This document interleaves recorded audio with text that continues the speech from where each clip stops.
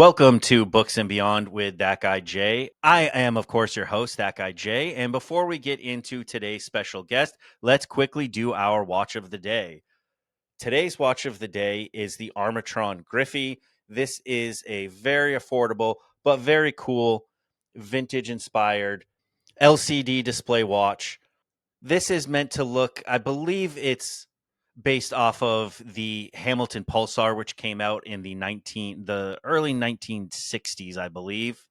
It comes in a bunch of colors. I went with the classic red numbers on a gold colored watch. It does simple things like time, and it does have the date as well. It's fairly inexpensive. I believe you can get this on Amazon for around $40. And like I said, it comes in a bunch of different colors. You can get the band in different colors. You can get the numbers in different colors. It's a fun one to have in the collection. Definitely a real throwback. But, anyways, let's get to the main part of the show and jump right into our author interview of the day. Our special guest today is author Maurice Africh, who just released Cellos Gate 1 month ago. And yeah, let's get into it. And I am joined today by author Maurice Africh. Thank you so much for joining me. Hey, you're welcome. And thank you for being patient. We've actually had to reschedule this 2 times now because I got sick and thought it was the flu, ended up being COVID. It's taken me a It's while, but terrible. I'm back to normal.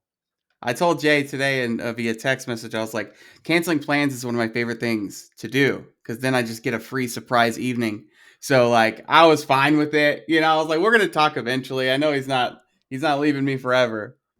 Yeah, it's like those nights where someone's like, "Oh, I can't go," and it's like, "Oh shoot, I'll stay in and read. What a shame." Yeah, what a shame. Oh no. Yeah, exactly.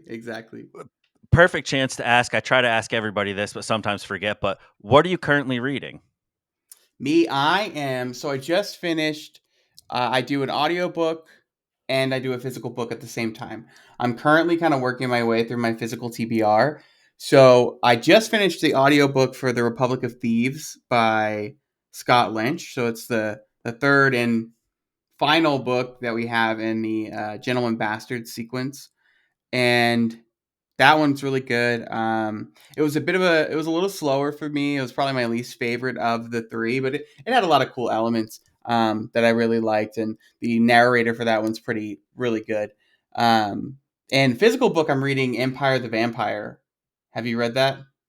I haven't. I've heard that it's very good though. It's crazy. It's a crazy book. Very, very fun. Very action packed. I think in the first 50 pages, the guy drinks menstrual blood. So like just kind of like prepare you for what the kind of content that's in the book. It throws you right into the deep end. Yeah, right into the deep end. I mean, he is kind of I don't know. It's definitely super fun. Very graphic, very bloody, but very high fantasy, which you wouldn't really expect from a vampire book, which is really cool. It's like secondary world. It feels like you're in a fantasy realm. It's just Oh, that that there are does sound cool. vampires. Yeah, Yeah, I do an audiobook. Usually I have one that I listen to before bed, and awesome. I try and keep those like kind of lighter. Like I did all of Harry Potter this year because I'd never read it before, Oh, that's and it's like, really. yeah, I think I'm at an age where I just missed it. Um, I didn't read when I was a Wow. teenager, so I missed the movies by That's a little bit because I think I was already like a junior or senior in high school when the first one came out, and I was like, "Oh, that's a kids movie." You controversial hot take. I am not a big fan of the movies having read. I grew up on the books, right? So I started reading the first one in fourth grade. I was the same age as Harry. So like I Yeah, kind of see, I grew up. I think that it like missing that nostalgia link. It was like they were fine. I didn't dislike them, but like I don't have the same love for them that a lot of people do. Oh yeah, I can't imagine reading it as an adult. You wouldn't have that same. Yeah. I don't read a lot of young adult though, so like that's also I just can't connect with the storylines as well. And it's like, I mean, that's just me. What are you listening to now? A couple nights ago for bedtime I started Percy Jackson. I figured I may as well get the other What, just series do that the I've never whole thing? read. Yeah. And then last night I finished Death of the Author by Nnedi Okorafor. So today I busted out my I've TBR seen that jar, one. and I haven't started yet, but I'll be starting later this evening. I think it's called The Fires of Vengeance. It's book 2 in Evan Winter's trilogy. The Rage of the Oh, yeah, Dragons yeah, was yeah, book yeah, 1. yeah. Yeah. How'd So you I'll be like getting Rage of into that. Dragons? Oh, it's fantastic. I mean, it is all go. It is like pure rage, pure hatred, revenge, like never take your foot off the gas. It just goes. That's awesome. I soft DNF'd that one because I started reading it and I just couldn't fall into it. I don't know what it was. I really liked the prologue. But then I jumped into it. I couldn't connect with it. So I was like, I'm gonna put this on the shelf because I feel like it's not the book, it's me.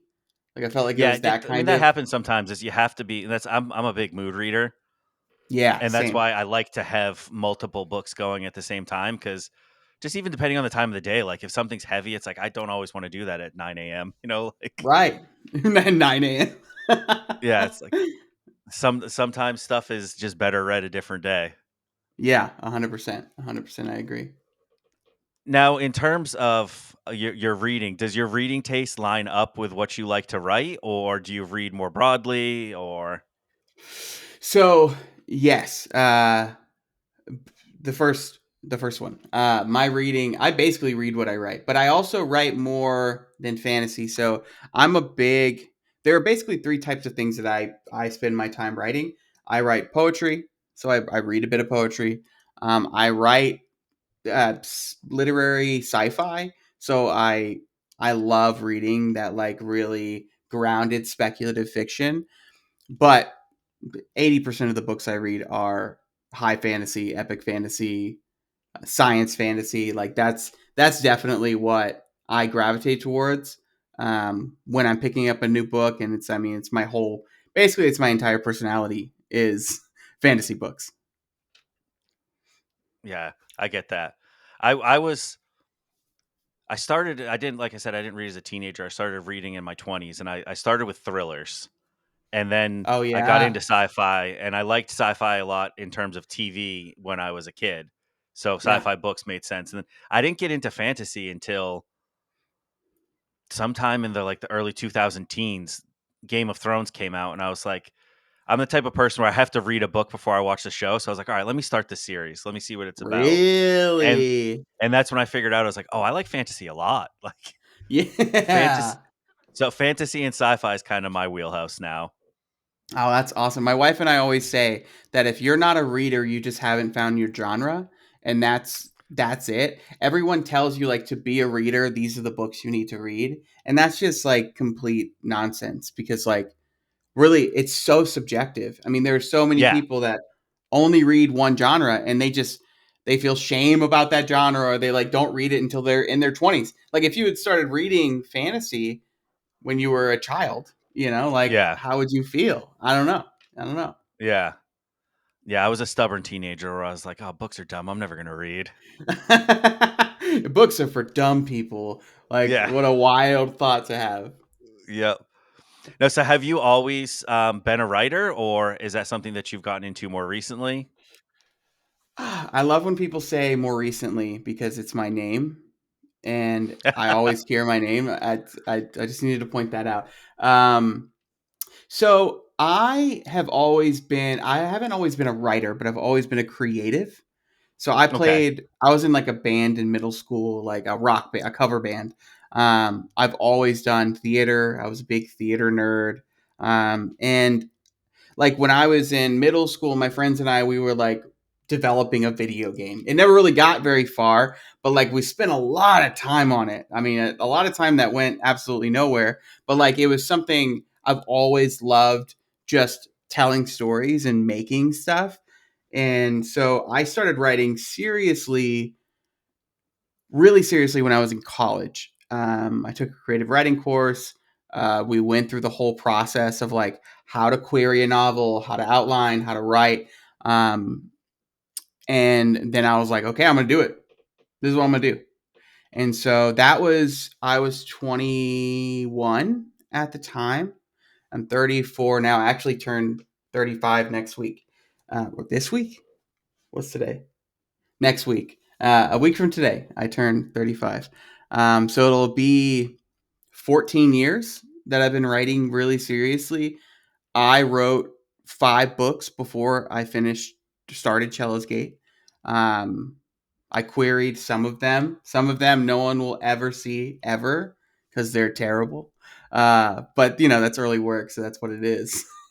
I've heard a lot of authors say that it's just write a book from beginning to end just to get the experience, and just like your first one, nobody has to see it. Nobody And has to see it. Yeah.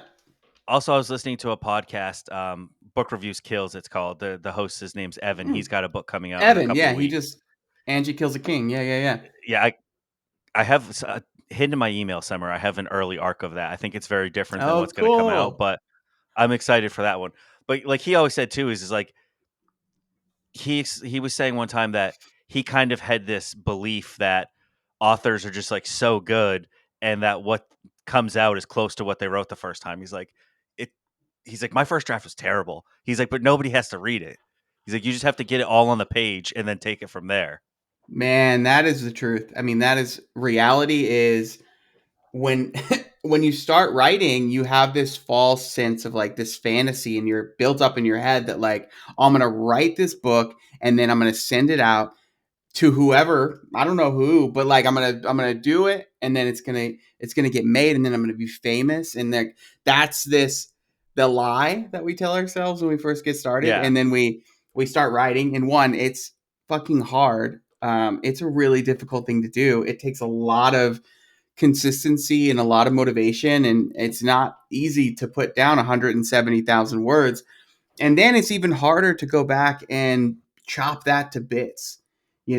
So it's like it's kind of a litmus test for if you can do this like at all. It requires the requirement for entry is intense. So like you don't have a lot of people who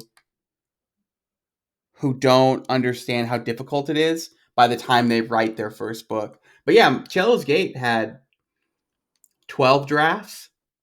oh wow, So yeah. and 2 complete rewrites. So that was, I mean, it's a completely different book than that first. I enjoyed the first draft, but I don't. No one's ever gonna look at it except for my Now wife. how My wife is the only how person that long got did to that see it. process take to go through multiple rewrites? Like, when did you first start Cello's Gate? So I started Cello's Gate in 2021. I had just finished another book, um, and I was querying that. And then I was like, I'm going to start this fantasy book. And that one was a sci-fi. And I was like, I had these two parts of me that were always competing. Like, do I want to write literary sci-fi or do I want to write epic fantasy nerd stories? And so I was like, I need to do it and I need to just see. So I started writing it. It took me I finished the first draft in about a year. And then I started the alpha and beta reading process for a year, and then I queried for a year. So I queried over 100 agents, and it just takes time for them to get back to you. Yeah. And some never get back to you. So you're just playing this huge waiting game. While I was waiting, I was writing another book. Um, so after a year, I went through this process and I got a full request from an agent, and I was so excited. And then she sent me an R&R, which is a revise and resubmit. So basically, she was like, if you do these things, then the book is going to be what I think it needs to be in order for it to be publishable. I did that. That took about, I think I did that over 4 months, like a 4 month period. I sent it to her, and she replied in a one of those automated responses that I couldn't reply to, and said that she was going to pass.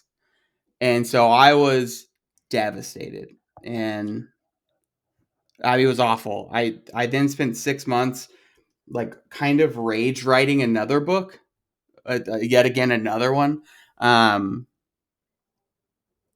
and by the time I calmed down, I was like, I just feel like I have this book and it's good, and I kind of want to see it through. And if nobody's gonna open a door for me, then I've got to build my own door. So that's when I started looking for an editor. I worked with my developmental editor for how many years is this now? I feel like I'm like I maybe I maybe well it's like 4 years. So yeah. So I spent the next year working with my editor and then my line editor, and then I did another round of beta readers because like with my developmental editor, we took it and just basically it's the same book, but like everything was different. So I had to rewrite every single chapter and cut out characters and move things around and add these dynamics. And so that was another year. So yeah, 4 years. To answer your initial question, sorry, I just rambled forever, but that was 4 years. Now, how did you find the process of working with an editor? Because I imagine it's got to be, on one hand, super helpful because sometimes it can be hard to look at your own creations honestly. But it, Yeah. on the flip side of that is being able to hear them. Is it difficult to be like, yeah, that character's got to go, or this scene doesn't work, or I have some really intense thoughts about this because I've thought about it a lot and I've been through this. I have really thick skin at this point because I've written 5 books and every book I did went through the beta process. So I got notes from my readers, my friends, my group of like writers.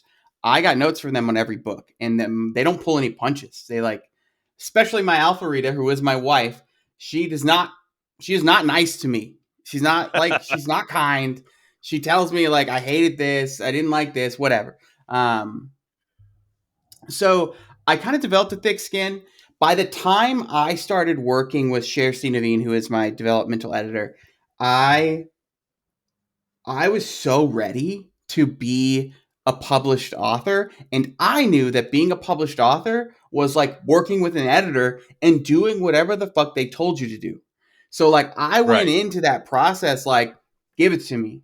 What are we doing? And that first call that we had was like 2 hours long. And in that call, she was like, "Okay, here's all the things. Here are the good things. Here are the things I think can improve, and here are the changes I think you should make." And then she starts doing this whole like spiel that's like obviously she's trying to talk me into this, and I'm like, "Yeah, we're good. Okay, I'll do it." And she's like, "Oh, okay, perfect. All right, okay, you're gonna do it. Okay." Wonderful. And she's like, when she told me afterwards, she was like, normally I can get people to take about half. Half of the notes I give, they'll take, and half of the notes they're gonna argue with me, they're gonna fight me on them. And she's like, it was really weird and refreshing to have somebody who was like, okay, I see the benefit. I see what you're saying. Yeah, no, I totally agree. Right. And even though it was like killing my darlings, there was like a level of like, I mean, I cut to three characters that I loved from the manuscript, I knew based on what she was telling me and just the logic of it, I was like, oh yeah, it makes sense. It makes sense to do that. I think Yeah, I it's mean, going to make I a better imagine it's got to be story. tough, but you got to look at the bigger picture of like Yeah. they're giving you advice to make it work better. Yes, it's never easy to be like, and there are some things I didn't do. There were like a couple of things that I was like, um, for instance, I think she was concerned about Willow and Bones being too close to uh, the Firefly couple of Wash and I'm blanking on her name, Zoe. Wash and Zoe. Yeah. And I was like, I'm fine with that. You know, like I'm okay with Well, the connection there. now that you say that, I'm like, okay, I can see why she would be concerned. But when I read the book, I didn't even think that. So I don't. It couldn't have been that close. Good, good. Yeah, that's wonderful. Because I um, I get where yeah, I she's mean, coming from now that you tell me that, like in hindsight. But like as I was reading it, at no point was I like, yeah, this is like fire. this is just Other a than the fact carbon that copy. it's a couple on a a ship. But Yeah. that tends to And there's happen. there's obvious allusions. I mean, there are some connections for sure to Firefly. When my wife had never seen Firefly, and so we watched it for the first time together last year. And after the first episode, she looked at me and she was like, "Did you copy this entire fucking show?" And I was like, "No, I don't. I didn't mean because I hadn't watched Firefly since I was in high school. So I was like, I didn't do this on purpose. There's like the things that are similar are kind of like eerily similar, but it was just like buried in the back of my mind. I just wrote what I loved, and I just Yeah. happened to love a lot of the things from Firefly. You know? Well, this is probably a good point for me to ask this is for those who are listening who haven't read Cello's Gate yet, what would be like your elevator pitch? Like, what's your quick synopsis of what this book is? Okay, this is I kind of have this practice. So, Cello's Gate is Firefly meets Indiana Jones with a heavy dose of Final Fantasy sprinkled in. It's about a crew of sky pirates who are hired by an ancient immortal to locate and steal a mythological stone from a dangerous, uncharted island. That's the pitch. That's what it's about. But it's like, people have said it's like Guardians of the Galaxy meets Treasure Planet meets Indiana Jones. It's like this Yeah, super fun group. I loved reading the reviews of the different comparisons that people came up with because I saw a bunch and every one of them was like, yeah, I can see that a little bit. Guardians of the Galaxy, I Yeah, got that vibe a little bit. And it's like yeah, I'm for trying to sure. remember some of the other ones, but it was like there was 4 or 5, and I was like, I didn't think of that connection, but like I see it. And everybody sees different stuff and everybody focuses on different stuff, but it's all there. All these things are like, I'm a huge nerd, so I just love nerd stuff. I love Firefly, I love Star Wars, I love Guardians of the Galaxy, I love all this stuff, and it's all influenced the work that I write. Yeah, I really enjoyed it, and I think one of my favorite things about this was that the main character isn't necessarily the badass. Right. He's a guy, and he like his ability kind of is surrounding himself with people that are really good at what they're supposed to be good at. And it's like Yeah. he's not like a terrible captain, but it's like his superpower isn't being a badass. His superpower is like building a crew that's badass. Right, exactly. You can't, there are a lot of books where like you want your main character to be like this, like, you think of Darrow from Red Rising. He's like hulking menace walking through a battlefield, leaving behind footprints stoked in flames. Like, Gray's not that guy. Gray is No. charming. He's great with a gun, but he's really just good with people. That's his superpower. If he has Yeah. one, it is he's good with people. He probably also annoys people just as often as he charms them. Like, he's a complex guy, and what you said is true. He doesn't expect himself to be the best sword fighter. He has Dot. He Yeah. doesn't need anybody else. He found the best sword fighter. Right. And he Yeah. like you said, he's good with people, so it's like he's built like loyalty in a field where, pirates might not Yeah. be known for being loyal, but Yeah. everyone's pretty loyal to him. Yeah. Well, that so far. Now, when you wrote this, did you write this thinking this is a one-off book, or did you know going in that this is something that you would like to make a series? I always knew it was going to be a series. I don't think small enough, and I do I do want to write a standalone at some point. But every series that I have 2 dozen folders on my computer that are all different novel concepts, and they're all 3 to 10 book series. I don't think standalone. I don't know why. I just Every story I want to tell is just too big. Well, I also think I think part of why I love fantasy and sci-fi is I love series. I have a bit of a problem where my followers on TikTok will know that I call myself a serial series starter.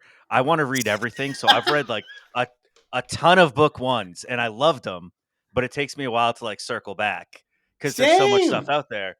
But I also Oh my love god. Yeah. I love a giant series because I don't ever want it to end.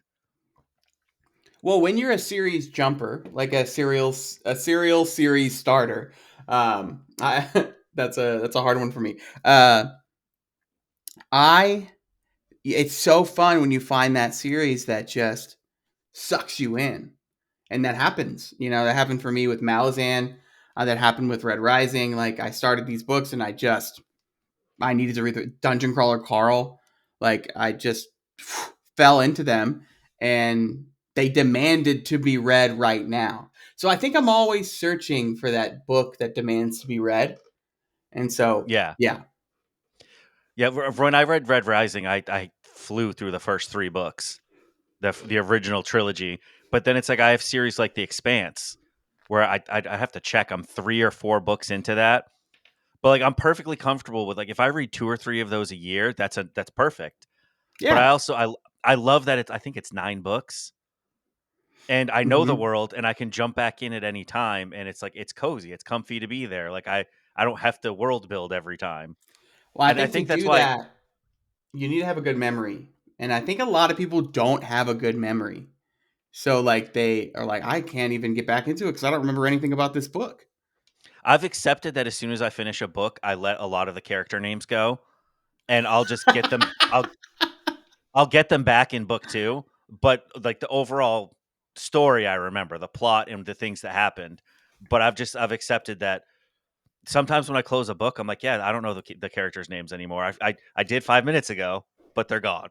They're gone. They're gone. Boop. They're just like throw that away. You can't Yeah, keep that. You can't keep but everything. it always comes back when I get into the next book, so it's never been a problem. That's awesome. That's awesome. But Yeah, I have a pretty I good think memory too. I think fantasy and science fiction both standalones are hard because you want to do the world justice and build it up, and one book isn't a ton of time to do that. No, especially when, people value small books, short books. Like you don't want to write. Not everybody wants to write The Way of Kings, like, Yeah, and not everybody wants to read The Way of Kings, unfortunately. Otherwise, I think everybody would be out here just spitting out tomes. Um, you try to keep it lean. You got to keep it yeah, the attention span. This is like we're in the TikTok age and era. yeah. I think the big chunky fantasy books are tough. I saw Brandon Sanderson doing a video recently where he was doing his autograph in the books as he always does, and he was even Hmm. talking about how his books are less profitable because they're so long. They cost more to make, they take more time, it's more Yeah, editing. Everything about it is more expensive, but like in Sanderson fashion, he's always got 1,000 words. I mean, 1,000 pages of words to say. he does, man. And I swear that guy, all he does is sign books and write books. That's all he does.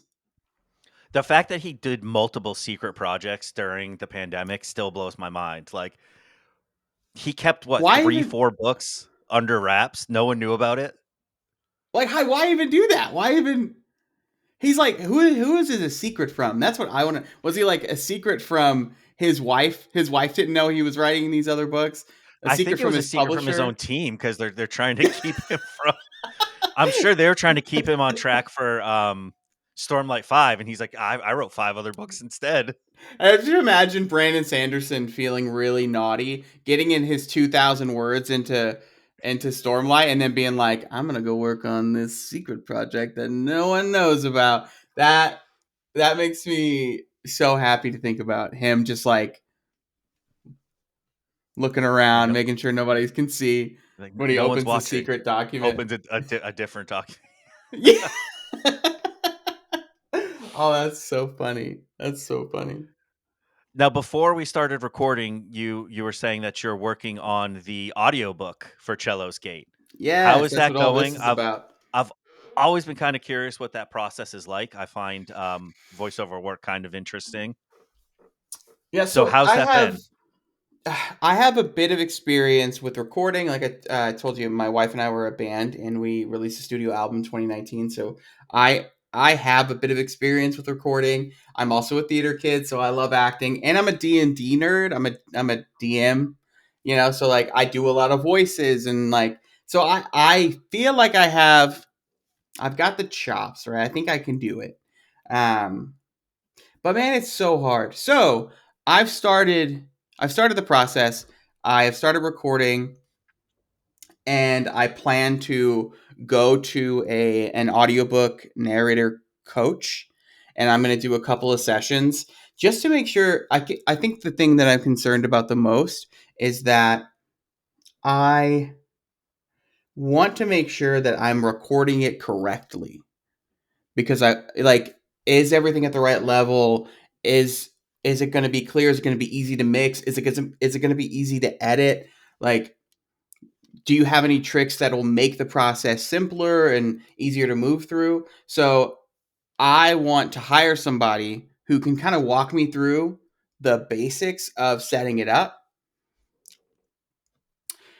Like anything, it's just like, I'm going to do this myself, but then I'm going to hire an audiobook editor, and then I'm going to hire a mixer, and then I don't know if you have to hire a master, but you might have to hire a master. Um it's all so much money, right? Everything's Yeah, so I much can money. imagine. Like, editors are a lot of money, cover artists are a lot of money, but the money is worth it. So like, you've got to spend it. The cover art But yeah, came out amazing for Cellos Gate. It's so thank you. perfect. Felix It's Ortiz, really he good. is shout out to Felix. Felix is incredible. He did a I found him. Have you ever read Never Die by Rob J. Hayes? I don't believe so. Incredible, great book. He did the cover for that book. He recently did the Malazan Book of the Fallen Broken Binding editions. He did the I covers have seen for that. those three. He's incredible, and I really loved working with him. He was so friendly, very quick to respond, and the process was super simple and super easy. What was that process like? Do you kind of give them a rundown of what the book is about, or do you just tell them what the vibe you want? Or So I think he's like, give me kind of something to work with. He's like, he said, the don't get too complicated. Um, the less you send, the better. So then I can kind of like, go off. Uh, and I think I sent him too much. I think if you asked him, I probably sent him a little too much. But I gave him like a synopsis of the book. I gave him about 5 options for the cover. And I was like, whatever feels right to you, you run with that. And he sent back, I I think I sent him like 5 pages, and he wanted like a paragraph. So, um, you know, I mean, I'm super like, I'm one of those people that I can never do anything half. I have my as my parents used to say, I never do anything half ass. Everything is whole ass. I do everything whole ass. Um, so like, I probably went a little overboard, but I mean, he sent back a sketch, and then I was like, okay, this is what I like, this is what I don't like. He sent back another sketch. I was like, sweet. Um, and then it was just, I mean, I think we did probably 4 or 5 back and forths. Uh, we got a little I got a little nitpicky when it came to like the characters on there, because I don't like I don't like telling you how the characters look. I like to be like vague enough that you can create your own picture. So like, getting character art made was like a risk for me, because then like, you're reading the book and you're imagining this character. um and I think that takes away from the freedom of being a reader. I like to give you just enough information that you know who this character is, you know what they look like, but your version of Gray is probably going to look a little different than my version of Gray and someone else's version of Gray.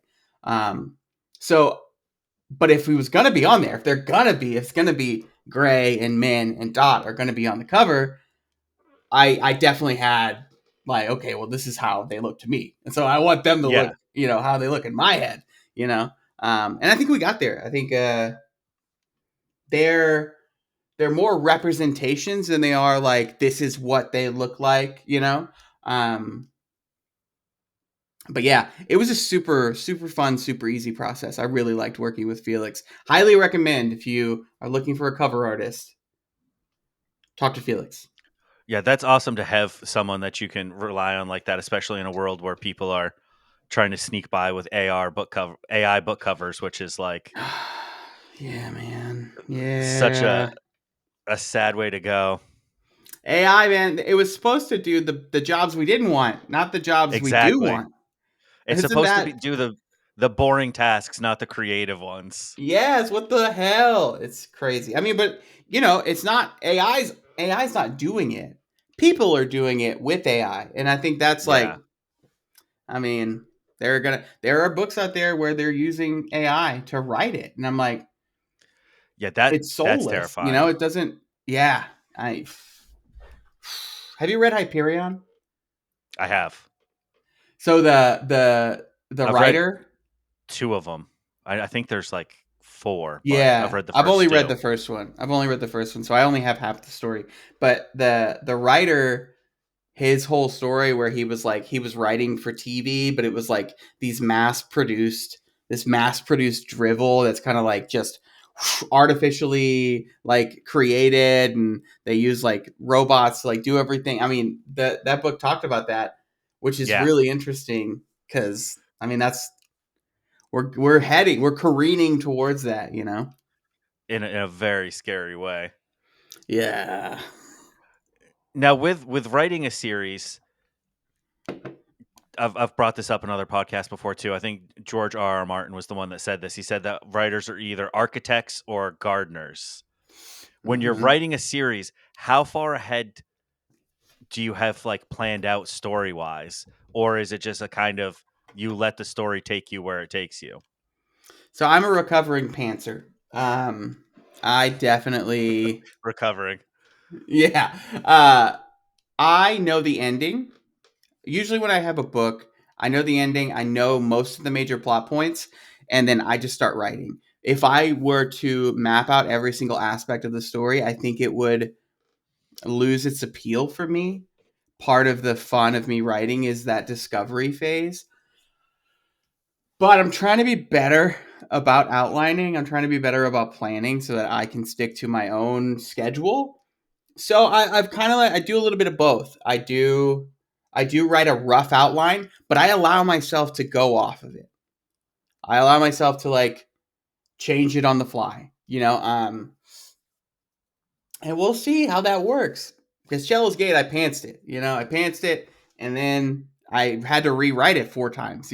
So Right. Yeah. that's the problem. That's the issue. Like George R. R. Martin is famously a pantser, but that's why he can't finish Winds of Winter. Allegedly, I have a theory there. Do you? What is it? I do. This is me into Lululand. Um, Okay. I think the books are done, but I think the show went so poorly that he knows that he can't ever get it right. 50% of the fandom's going to be pissed off. I think they'll come out when he Mm, passes. really? That's my crazy theory where it's just like he knows it's going to be a shit show, so he's like, "You guys can have this when I'm gone." That's probably That's a me being really delusional because I don't want this story to not have an ending, but right. that's what I tell myself. Here's my thing. And maybe this is a hot take. I don't know if it's a hot take. I thought season 8 was terrible, but it was good from a story aspect. It was terribly executed, but it was like taking it there. If they had done that story over 3 seasons, I think it would have been great. Yeah, I think it the way that they ended things, spoiler alert to anyone who hasn't seen it 10 years Yeah. later, Yeah. but I think the last season was like 8 episodes too, maybe 10. Yeah. It was I know short. season 7 was 7. It's like the seasons got shorter and they tried to do so much with so little time, Yes. and they basically shot every character in the foot with their character development because they were rushing. Yeah, they were doing. I mean, the first season, it took like 5 episodes to get from the north to King's Landing. Yeah. And they did that in a blink. They started doing fast travel, which is like, this is Game of Thrones. We don't fast travel. Yeah. If somebody starts Yeah. walking They somewhere, we don't see them for 7 episodes. That's how it works. exactly. Oh, Yeah. But sad. I could be very wrong there, but it's just that's in my heart. That's what I Hey, want I to hope you're believe. right. I hope you're right. He's just got this like this big charade. I yeah, I don't know. Could he be? He definitely he listens to the fans, so I think there's a bit of like, I wouldn't be surprised if he feels bullied. You know? I mean, I wouldn't either because Game of Thrones fans got crazy, and there are some people that are experts in this world, and it's like I like it very much, but I'm never going to be an encyclopedia about the Targaryen family tree and going back 2 centuries, and No, I'm that's not that deep, wild. but a lot of people are. And I think some of them are good and they use that for good. And some people use that for evil and do bully him and look for every little inconsistency. And it's like, this world is so huge. It can't be perfect, but like, let's at least get an ending. Right, right. We'll see, man. We'll see. I mean, we'll live to know. Yeah, we Knock on will. wood.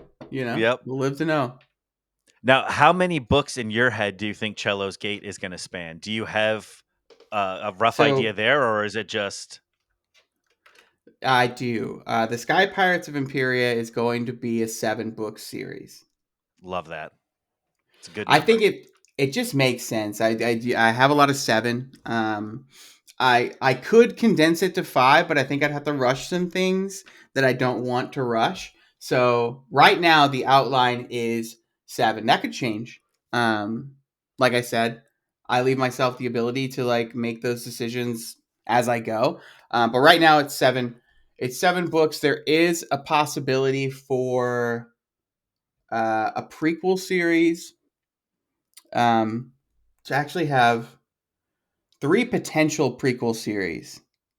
Um, I'm not going to give any spoilers, so I won't say what all of them are, but one of them would be Dot's coming of age, her time at the Crest Knight Academy. Yeah. Another would be Gray from the time he got Trench to the beginning of Stonesmith. So it'd be just the Sky Pirates. It would be like a series of standalone heist novels. Is an Okay. interesting idea. I don't know if I'll do that, but it's definitely like it's been floated. And then the third one I can't talk about because it gives away too much. Yeah. I can understand that. Yeah. Now, with writing sci-fi, I've always kind of wondered this: how do you settle on technology levels and what they have in the world? Uh that's interesting. That's not what I thought you were going to ask. That is an interesting question, though. I it's kind of like one of those things where it's like if I want them to have it, I just give it to them. Okay. And it's like at some point you kind of I throughout the first draft I just kept adding stuff and adding stuff and adding stuff and adding stuff, and at some point I was like, okay, this is where we are. My book doesn't take place in space. Not that they don't have the ability to get to space, but they are not living in space. They're not like traveling to other planets. They don't they're not terraforming. Like I think for me, I didn't want to have to tackle the complexities of space travel from a scientific standpoint because The physics of it it's all. so yeah, it's so much. It's like so much, and I read a lot of sci-fi, so like I think I have a pretty okay grasp, but there are no readers like sci-fi readers, and they will get you. They will get you Yeah. if you're wrong. And I don't want to be wrong. So we're gonna keep it on planet. These are sky pirates, not space pirates. Yeah, I had it Um, wrong when I first said that I was reading that book. I was like, before I started, I was like, oh, it's about space pirates, and I was like, oh no, it's sky pirates. Sky My Pirate, bad. very different, just a little different, like a subtle difference. But that's like also my roots. I grew up playing Final Fantasy. I don't know if you've ever played Final Fantasy. I Um, played a few of them. Yeah, I I started grew up with Final Fantasy 3 on Super Nintendo. My friend had it, and Wow, yeah. Well, that's that was and then 7 and 10 was the one that I got really into. oh, I love 10 and 9. I don't know if you've played 9. 9 is so fun. I don't Nine's think I probably ever my finished favorite. 9, but I know I've played it. It's so fun. This book, if you've ever played, and maybe you haven't, but I'm sure other people have, Final Fantasy Tactics. My book was heavily inspired by Final Fantasy Tactics. I got the idea while I was actually playing that. Um, Super fun, but all the Final Fantasy, they don't go to space. They're all on every story takes place on one planet, one, several continents sometimes, but sometimes only one. And Yeah. I think that kind of drilled into me the kind of story I wanted to write. I wanted to write a single planet story. That was important for me. Yeah, that meant that I can definitely see why staying away from some of the space stuff is it's like I read Andy Weir books and I'm like, "Is this guy a mathematician?" It's like, It's crazy, I don't but I don't know if it's all right, but it seems it. Like, I he's think, and if you clearly were smarter wrong, than me. right. Yeah, I mean, but there's, you know, even what I'm doing, right? You have to be accurate. Like, if you're writing a medieval fantasy, that you better be using the correct terminology. You better be, hey, they didn't have that. Why would they have that? That's a modern, technology.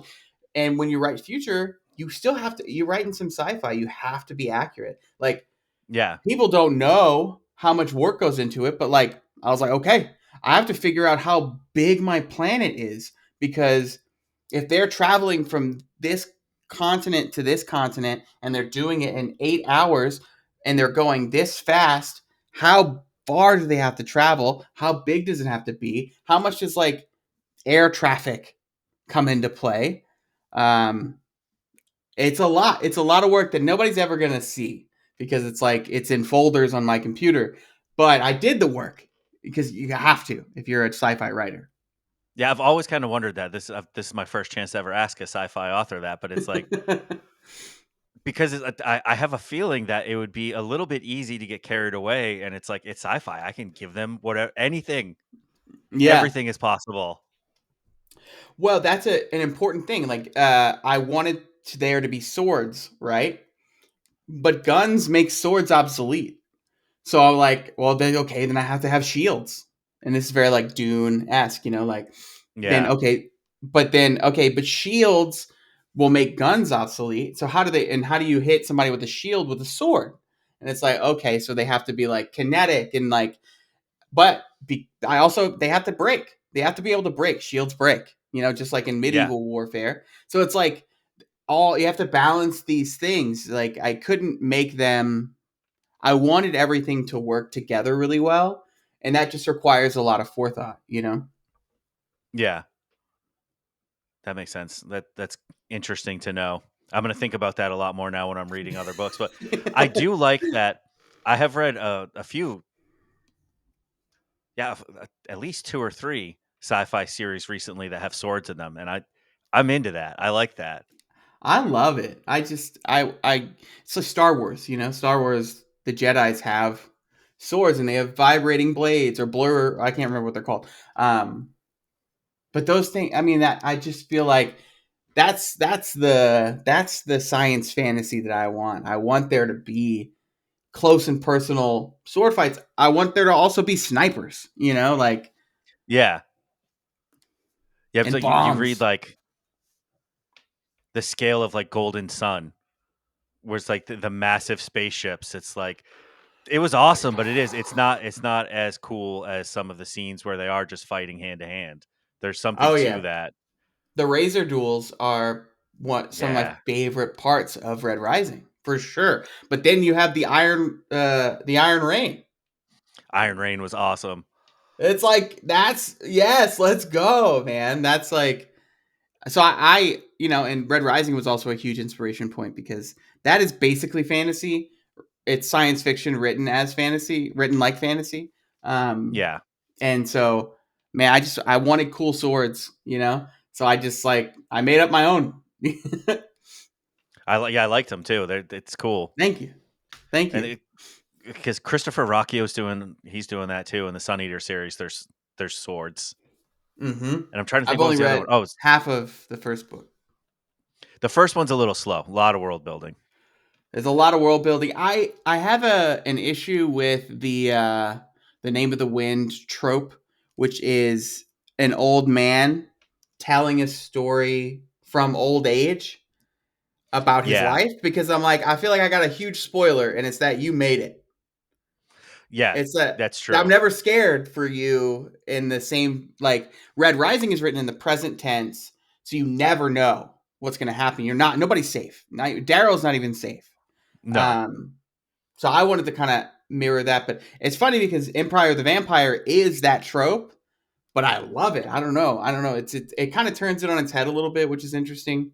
I know I'm reading that currently, and I'm really enjoying it. So maybe I'm a liar. Maybe I need to go back to Empire of Silence and just like give it another go. I would say I think that book, the first half, I was like, this is good. I like fantasy, so I get why people are into this. But then I think it was probably like the last 25% where I was like, okay, I see what's Okay, going that's on good to here. know. It's That's like good to know. I mean, it went from like this is good to okay, yeah, this is great. I see. I rated the first book a little bit lower than the second because the second you're already familiar with the world and a whole lot more is happening.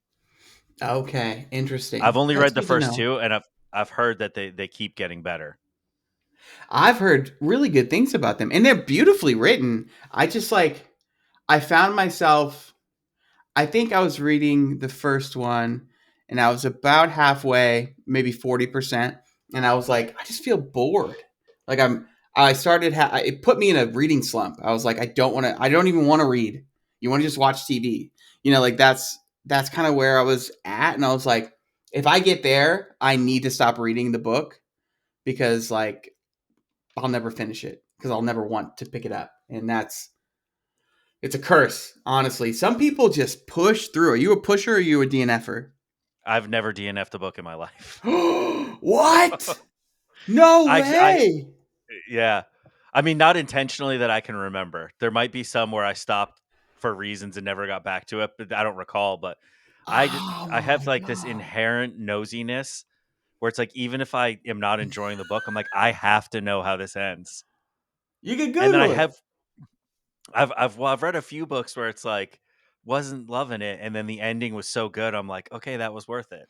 Made up for So it's it. like Yeah. I think I have so much hope that every book's gonna turn it around, even if I'm not Oh loving it. man.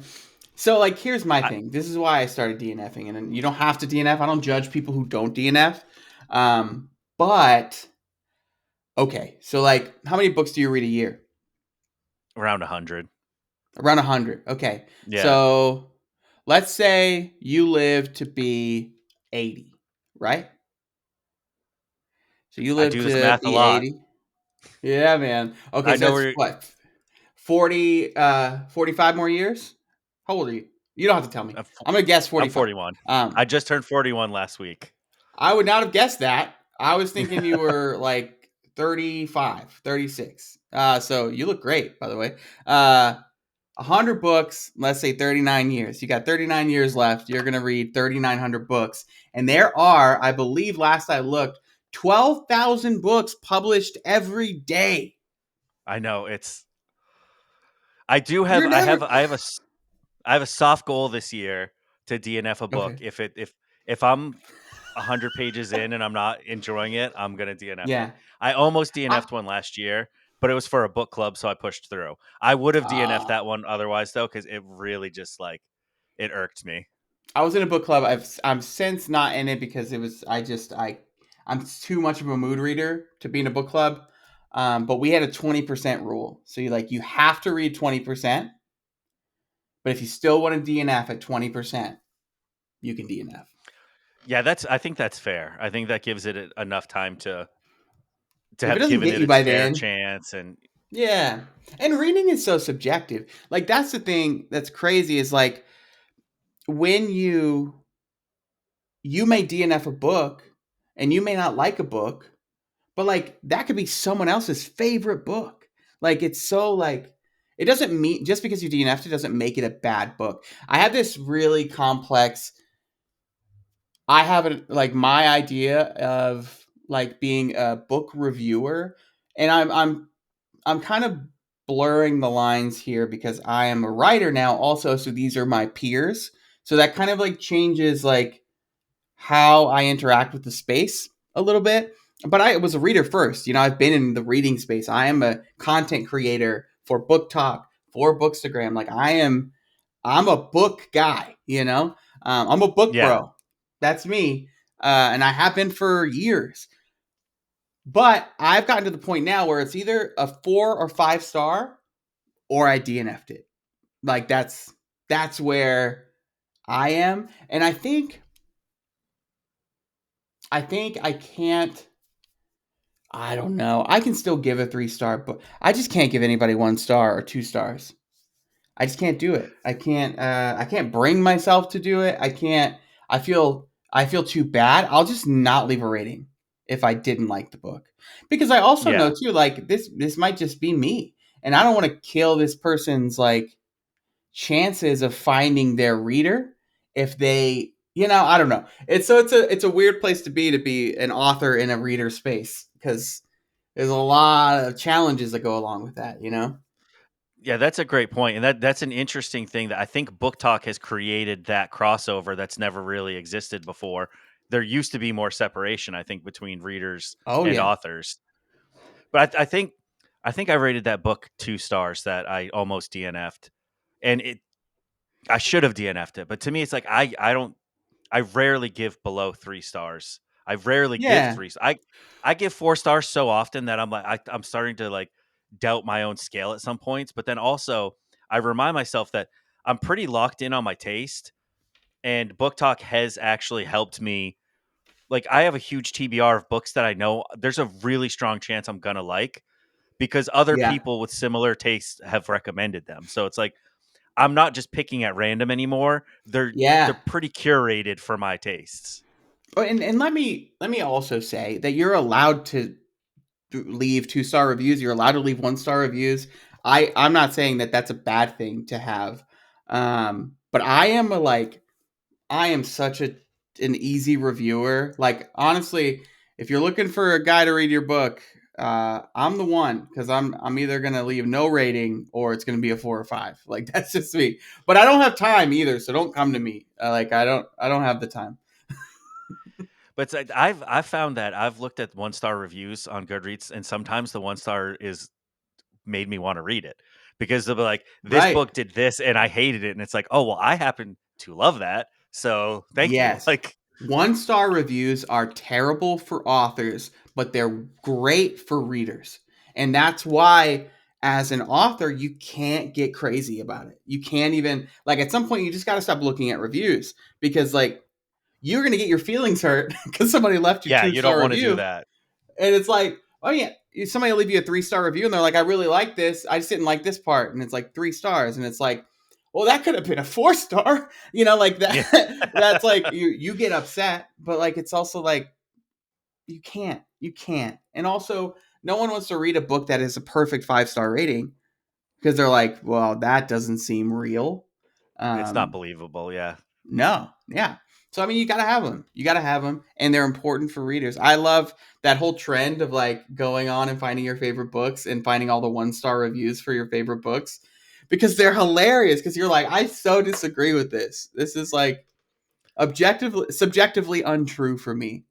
yeah, But it was true for this person. and that's one thing I love about reading, and it's I've read a lot of books too where I've rated them very highly, and someone else it didn't work for them, and I'm like, I can tell why it didn't work for other people, but I know for a fact it's like that was 5 stars for me. Like, Right? Yeah. Yeah. 100%. and it's because there's flaws in everything, and it's just a matter of kind of like Yeah. what flaws are you into? We all Right. have them. Right. Exactly. Exactly. Now, how do you approach writing? Do you do it daily? Do you have a word count? Do you have a time I do goal? it. I write daily for. So it depends. I have been so in marketing and content creation for the last few months, just like getting my book out there. And there's so much that goes into self publishing. When you're an indie, you have to do everything. You're every part of it. So I kind of fell behind on writing, but I have like 2 hours set out every day that I write. Um, and on the weekends, it's like I write as much as I want. When I really serious, I try to hit between 1,000 and 2,000 words a day, depending on how like I'm going crazy, like I'm gonna give 2,000 words a day every day for the next 20 days, and I do like a huge writing sprint. Um, but writing a book is a marathon. In reality, you may run sometimes. You can take breaks. You can have a seat. You can take a few days off. You can go on vacation. Um, there's that Stephen King's On Writing talks about the writing process and setting goals, and I think I'm a little easier on myself than a lot of people, but I do set goals and I try to hit them every day. Yeah. Yeah, it makes sense, and it's a little bit. I'm sure even on the days where you don't hit your goals, like a little bit every day adds up to a lot, even in a week. Well, that's how you write a book. That's it. I mean, 100 words isn't anything, and when you're doing a 120,000 word book, but you do enough days and then you can get it done. If you were to write 1,000 words a day for a 170,000 word novel, it's going to take you 170 days. So just do the math. How quickly do you want to write it? I'm in a new space now where I'm like, I have a little more pressure. People want book two. Like I've got to finish it. So I'm like as fast as possible. So I'm approaching that like 1,000 to 2,000 words a day because I want to get it done. Or even like, oh, I'm gonna do a chapter a day, or I do half a chapter. Like I've been so in the weeds with like planning out the intricacies of book two, but I'm rolling now. Like this is my writing time actually, but that's okay. But yeah, I'm hoping to get book two out by sometime in 2026. So that is the goal. That is the goal. Yeah, I was going to ask you that off air. I didn't want to put the pressure on you to have to commit to anything. Well, like, don't message me. But like, you know what? Hold me accountable. I want to be held accountable. Um, I think it's important when you build momentum for a book and people care enough to want the second book. I don't want to be one of those authors that doesn't deliver. I don't want to be like Yeah. frozen and never capitalize on any momentum that I'm building because I'm working my butt off to like get this thing out here.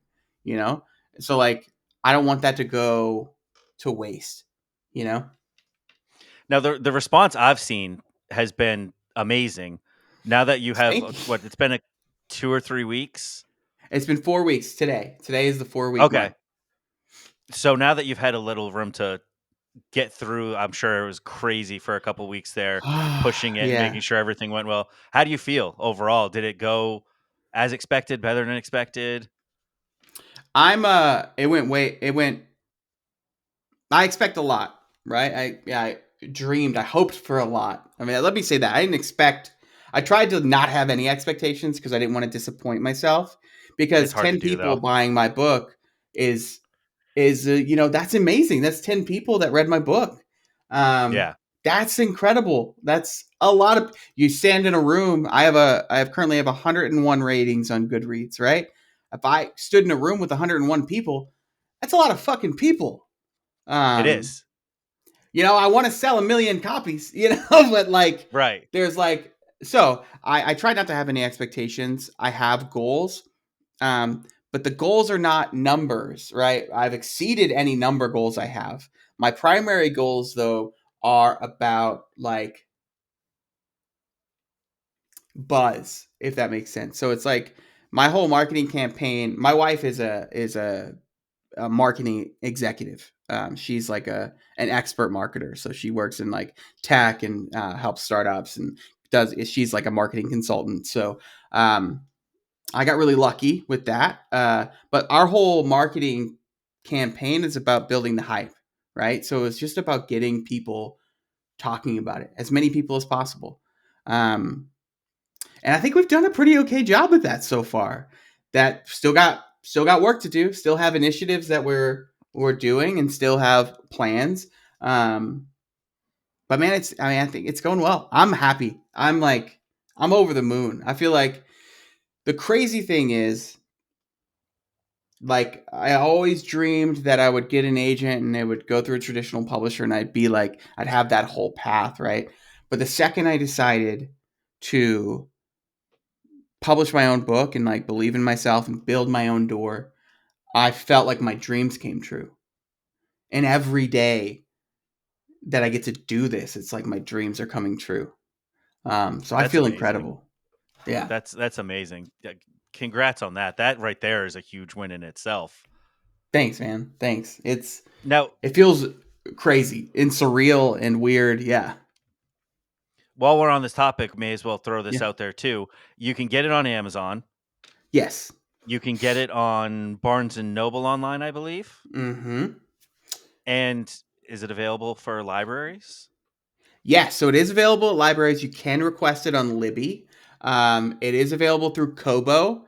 It also is available for Nook, which is Barnes and Noble. You Yeah, can get Barnes it and through, Noble's e-reader. yeah, and bookshops.org. You can get it through there. And they actually help independent bookstores. So that's a really good place to go. But you can also just go into your local bookstore and be like, hey, I want to get Cellos Gate by Maurice Africh. And they'll order it for you. And that's Awesome. actually a So really yeah, that's cool one, because then that like gives me an opportunity. Maybe they'll like, take the book and put it in the store. That would be dope. yeah, throw a few on Getting the store shelf. placement that's a whole thing. That's a whole nother animal to tackle. But yeah, it's really cool for people who don't want to support the mega giant. They have Yeah. other options, and I wanted that to be possible. I wanted that to be available for people. Now, do you know what the process is like for someone to request it at the library? If I were to, want to go to my local library and request it, just so If you if go to your anyone lib, else wanted to as well. you should be able to just go in and talk to your librarian, and they have a, I don't know how their system works. It's all back end stuff, but if you say, hey, I want to request this book, they should be able to help you. Like, I think it's pretty easy from what I understand. I've had a few people do it, and they didn't report any challenges. So I think I might give that a try, and I'll report back too on the yeah, pod and let yeah, everyone know and so that others can do it as well. that would be dope. Yeah, and if you have Libby, you can get on and request it now. It's available. Like, do that anyway, just to like get it into Libby's Yeah. system. Why not? And do you have any kind of timeline for the audiobook? I know audio has become huge in recent years. Do you have like Yes. a goal date to get that out? So my goal is to get it finished, produced, and ready to go somewhere in the next 3 to 6 months. So it's like right now the timeline is loose. I would love to get it before the end of the year with certainty. Before Halloween would be dope. Um, Maybe the end of the summer would be super ideal. I'd be like, oh, I'm killing it. You know, um, it all depends on how tired my voice is. Every day. Yeah. Yeah, that'll So be once I get rolling, though, I feel like it's going to happen pretty quickly. So, yeah, that's the projected timeline. Obviously, I will keep everyone posted, because, like, I'll make an official announcement at some point. yeah, and that'll be cool. I really, like I said to you off air, I really enjoy when an author does their own books. I think it adds something to it when they get to narrate their own. Yeah, nobody knows you're writing like you do, So Yeah. there's a lot of intention there, and there's a lot of meaning, and you get to really pull that out if you have the ability. And here's hoping. Yeah, I definitely think that you'll have the knack for that. Thank You're you. good on video, it'll be good on audio too. I You were appreciate actually, cuz that. I took a long break from reading cuz, adult life happens. I just got Yeah. back into reading more regularly, probably going on 3 years ago now. You were actually one of the first book talkers I followed when I figured out that book talk was a thing. That's so cool. That's amazing. Yeah, I was like, I gotta get on Book Talk, because like I know I'm gonna write this book, so I know I need to market it. So like that's a big part of being an author now, is being online. So I started it And then my wife and I were traveling full time. We were nomads, so we were living in Airbnbs 1 month at a time. We were traveling the country. It was super awesome. But then I started getting vertigo daily. I was having crazy bouts of vertigo. I was getting really dizzy. Um, I couldn't stay upright. I thought I was gonna die. I thought I was dying. So I stopped creating content. I just like went offline, and I was like, I need to get better. I need to get healthy. I eventually went to the doctor. I got diagnosed with a migraine disorder, and so I have vestibular migraines, and they cause vertigo and dizziness. I'm now on treatment, which is awesome. So I have it kind of under control. And so I was like, all right, I got to get back on. I got to do it now. But I kept pushing it off and kept pushing it off. And I was like, because it's a lot of work, to like create content and to be on all the time and talking to people and being accessible. And if you want to be successful in this, you gotta do a lot of work at it. And I mean, Yeah. Yep. But so I'm just now trying to get back into posting more consistently. When the first ban for 10 hours happened or whatever, it's like yeah, I went into that. I went into that not that worried. I was like, we're all going to be back in a day or two. It'll be fine. But something about the uncertainty of it all just kind of like in my subconscious, I stopped. I used to upload daily, and now it's like I'm down to a couple times a week. So I'm trying to get back in the, it the kills your rhythm of, motivation. yeah, because you don't really know what's going to happen. But I've also started, cross posting. So I've looking at it as like I just need to create content, and it's going to go where it goes. If TikTok's not there anymore, Yeah, then there's other places it's going to there's go. other places. Yeah, But I I still want to also make the you have to obviously, since it can just go away, you have to be able to like exist somewhere else as well. yeah. But there's like a rhythm to like I used to record at a certain time, edit, upload at a certain time, and now it's like my days are all like out of whack. I don't remember I what don't, I was yeah. doing before. Man, But I'm it's so much work, and it's so like because it's not just the creation. The creation takes a lot of work, but then it's like being on and interacting with people, because you're only going to build meaningful connection if you're talking to people and interacting and commenting on their stuff and sharing. And exactly. yeah, Yeah, half the battle is consuming other content to build those connections because it's like yeah, you don't want to just throw it out into the void. It's nice to have the community to see their stuff and know that they're seeing yours and bounce off yeah. of each other. And no, it is. It's a lot of work. It's really, I mean, it is fun once you get into it, but it is like Oh once yeah, you fall out oh of yeah. when you break a habit, it's hard to get back into it sometimes. Yes, yeah, yeah. I took a year and a half off, and it was so hard to come back. But now I feel like I found my feet again. I'm like, I don't know. I'm like, oh, I'm walking to the bathroom. And I'm like, oh my god, I got an idea. So I just like run into my media room and like stand in front of the bookcase and record another video. Yeah.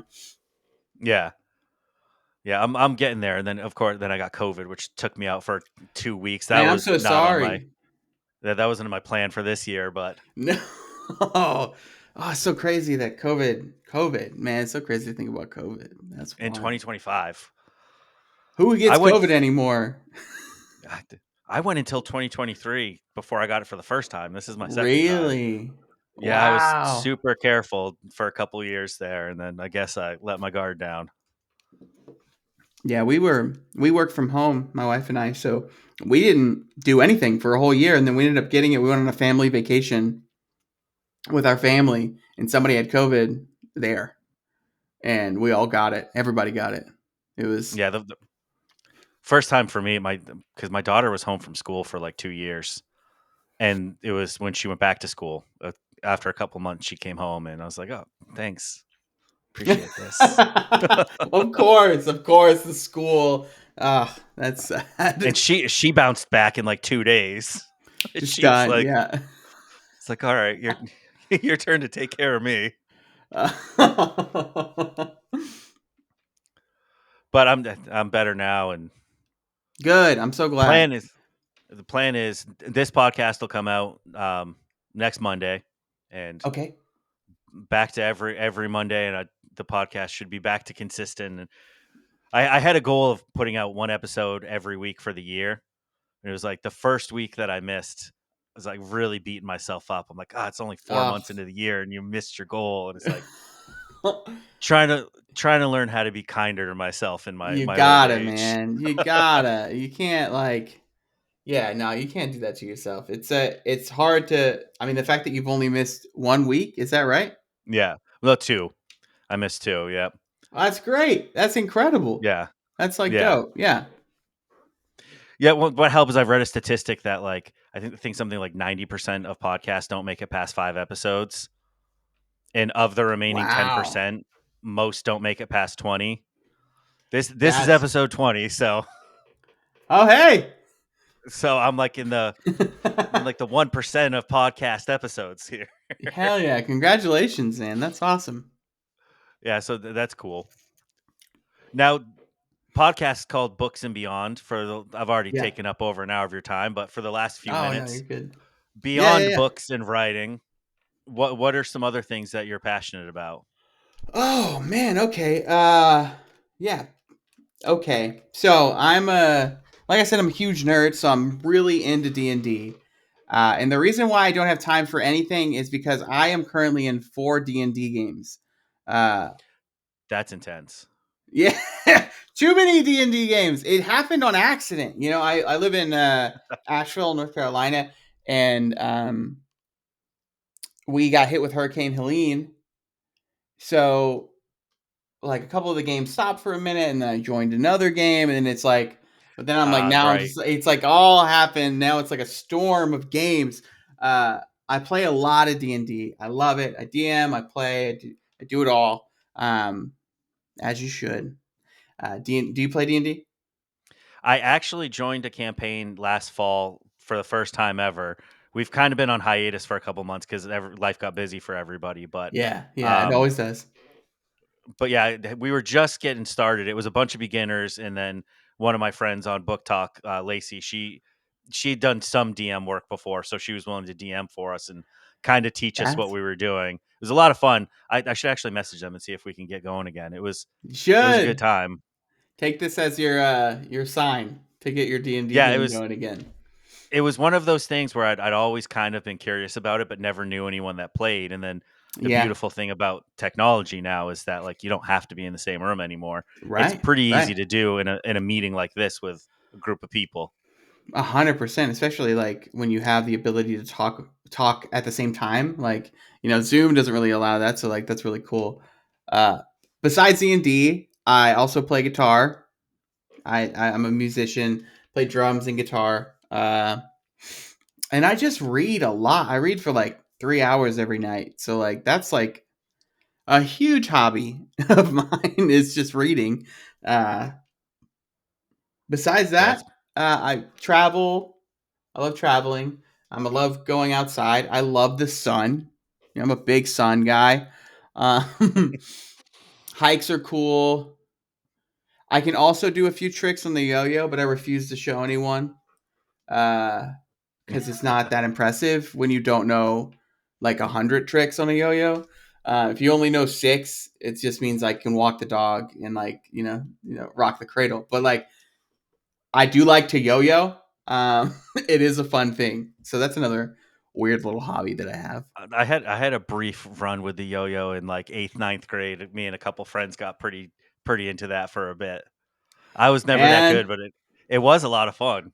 it's worth it. I'm telling you, they're not even that expensive. Like I started when I was like 32. I was like, you know what I want? I want a yo-yo. I want to see.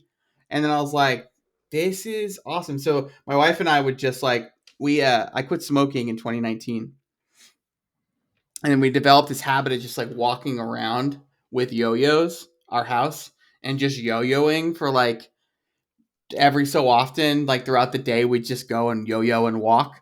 um Keep the hand and mind occupied instead of yes, smoking. yeah, man. Oh That's yeah, smart. yeah, No, that's smart because you got to do something to yeah. eat You up got it. that time where you used to take smoke breaks. Yes, yeah, exactly. Oh no, it was 2020. It was COVID. That's why we quit smoking. Man, hardest thing I ever did, Oh, but I got I yo-yo out of believe it. that. I got lucky when I was younger. I was in the Navy and on deployment. you couldn't take a break for anything. But if you needed a cigarette, they were like, yeah, sure, go. So I started by just Everybody going to this. says. I started going to the smoke deck with people because it's like they all get to take a break. I want a break. And then you start doing that for long enough, you're like, well, I may as well try a cigarette while I'm here. Right. But I got lucky the day I got out of the Navy. When I got to the airport to fly home, I threw half a pack of cigarettes out and never really touched them again. Wow, Well, that's that's a little bit of a lie. For a couple years when I went out to the bars, in you case know, you just grab one. Yeah, yeah, yeah, it's, yeah. Social someone's like, hey, smoking. yeah, someone's like, hey, do you want one? And it's like, yeah, Yeah, why not? eight. I've had 8 beers. What's a cigarette?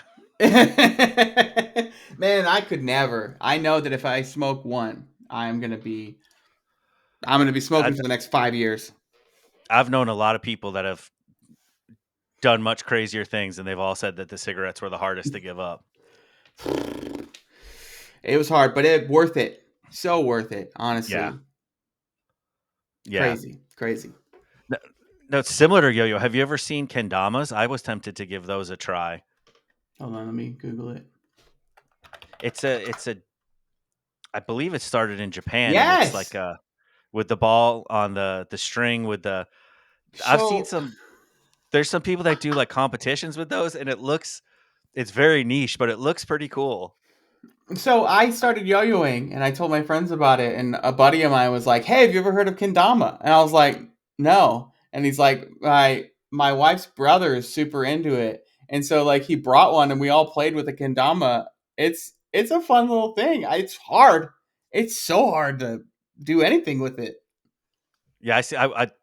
I watch some videos of there's some guys that I follow that are into it, and it's like the stuff they can do, and I'm like, that's wild.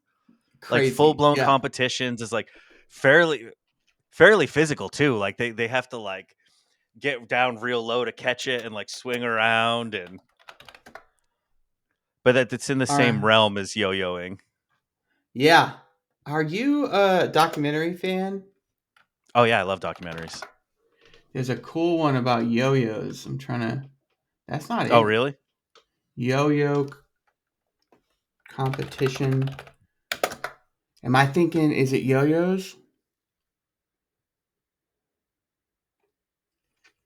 We Are the Champions. Okay, so it's like episodic, and one of the episodes of We Are the Champions is about yo-yos. I'm gonna have to look that up. That Oh, sounds it's up my so alley. cool. There's also a documentary about chicken competitions on Amazon Prime. So funny, so good. Rubik's cubes. The Rubik's Cube documentary on Netflix. I I'm haven't just seen talking about that one. I documentaries now. watched. Speed cubers. I think it was on Netflix. I was watching a series where each episode was about a different niche sport, and I there think was that's a like, yo-yo one. oh, is it? Because I only saw a couple episodes, but there was one where it's like they were like it's like a race down some hill in the UK Down where the you chase hill. a wheel So of they got cheese. yes, the wheel of cheese. Yes, that thing so dangerous. It So dangerous. it sounds so silly, and then I was watching it, and I was like, those people are crazy. It's enthralling though. It's so Yeah, fun to watch. Yeah, no, 100%. I know exactly. Yeah, I've super watched it. super It's niche. oh, that's I'll hilarious. have to look Does that it? back up because I saw that. I think I saw 2 episodes of that. We're the Champions. Netflix episodes. Let me see. Let me make sure it's the same one. Cheese rolling, chili eating. Yo-yo is number episode 4 of that same All right, season. I'm gonna have to look that back up. I didn't see the yo-yo one. And then there's an episode on dog dancing. That's amazing. It's wild. It's the weirdest stuff. It's so fun though. Yeah, that's a great series. I wish It they is. need to make a second season. There's worlds out there. It's like you've never heard of it, but people are so invested in these different things. Yeah, man. Yeah. I mean, I love people with passion. That's my you're you don't have to be into the same things I'm into. I just like people who care about stuff, Like that's so important to me and like I love this. Like you're into table setting? Cool. Yeah. That's awesome. No, I agree with you there. That was a big motivation for me starting this podcast. Actually, was I got injured in 2017.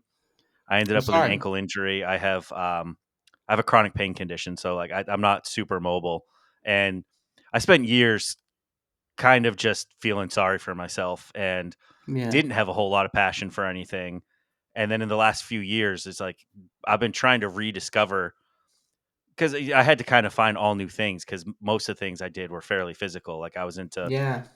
biking and I live in New York City. So it's like my favorite thing was just, I'm from a small town originally. So just getting on a train and getting off in a random neighborhood and exploring for a day was like, that was my go to hobby. It was like, let me just go somewhere new and walk around for 4 hours. And it's like, I can't Yeah. really do that anymore. So it's like, I've had to reset and try and find new passions. And that's kind of what motivated me to do this is just to talk to more people and learn more about what other people are into and kind of bring passion back into my life again. Yeah, that's amazing. I'm so sorry to hear that. Sorry, my alarm Yeah, just went off. it's not even a fun story. So it's like I should come Well, up with a cooler one.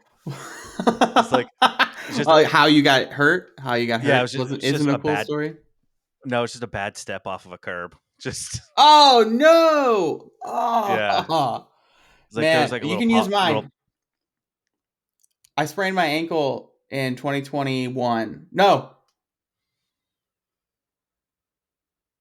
2023. I sprained my ankle in 2023, and I was in a bouncy house full of soap and yeah. like See, that's soapy water. We were doing like a slip and slide competition thing, and I went in, jumped up, fell back down, and landed on my ankle, and it just completely turned underneath me. And my ankle still like I can't like it's sometimes I run 30 minutes a day, like every morning I run for like 30 minutes, and I still like, oh man, if I my left ankle will just start messing up on me. Once you've been hurt, it just like your body now knows how to get hurt there, and so it'll just threaten you every so often.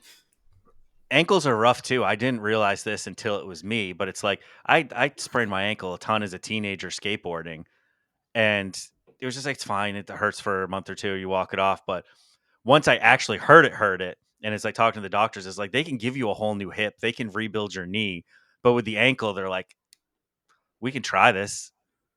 Really? Oh, it Yeah, it's just sucks. yeah. Ankles are just they're way more complex than you initially assume they would be, and it's like Well, even you when I put went into all this, your weight on them too. yeah, and they move a lot of ways, and there's a lot of small parts, and so it's like I went into surgery. I got a complete ankle reconstruction because I tore just about every tendon and ligament in my ankle, and then I had an avulsion Wow. fracture, which is like a piece at the end of the bone popped off. So it's like I went into it, and the doctor's like, "It's never going to be 100%, Gee. but it'll be better than what it is." Because I had zero stability. It was just like walk into the bathroom, my ankle would roll. So it was like couldn't live like that. Had to do the surgery kind of thing. And then technically my ankle's fixed, but I ended up with a condition called complex regional pain syndrome, and it's similar to like a nerve pain, but a lot worse. And it's just Oh, like I'm a sorry. lot of pain and numbness in the foot, and it just it'll never go away. I've tried all the spinal injections, ankle injections, all the things, but I mean I've come to terms with it now. It sucks. I don't love it, but um, it took a long time. But I'm sorry that that happened to you and that it developed in that way. I appreciate it, but it is what it is. Yeah. My wife lives with a But it's chronic condition, so I have a bit of experience with it. I have a chronic condition. I mean, I mean, I have a migraine disorder, so yeah, like, I have a little bit of understanding of what it's like, and having an invisible illness it's is tough. rough. Yeah, No, it's very tough, and it's one of those things where it's like it gave me a whole new perspective on a lot of things in life and how a lot of people have to navigate the world, and you take a lot of stuff for granted before something like that happens to you. 100%, 100%. You do. And invisible illnesses are tough too because I mean they're invisible, no one else can see them, and it's like I know my neighbors always meant well, but I would bump into people like a year after surgery and they'd see me with a cane and they're like, "Oh, how long are you gonna have that?" And it's like forever. Like it's Oh my this is just they're gosh. like it. and I was 33 at the time. They're like, "Oh, you're too young for this," and it's like, "Yeah, I know, but like, Thanks. Yeah, I well, that know you, doesn't I change know you don't mean anything. that in a bad way, but it's like it sucks to hear." Yeah, 100%. You need to get a cane sword. Yeah, they're illegal here. What? Looked into In New York? it. Yeah, What? That's yeah, wild. yeah. Why? I just got myself for Christmas. I got myself a nice cane because I had like the cheap $15 Walmart looking cane for years, or Silver Walgreens one? rather. Or Yeah, it was like painted black, but it was like made of aluminum and just very like it looked like the hospital gave it to you on your way out. It was not. yeah. So I finally got myself like a nice wooden one like that looks handmade. It's pretty Awesome. cool. That's dope. That's really cool. Are you a stick guy? Are you a big stick guy? Huh?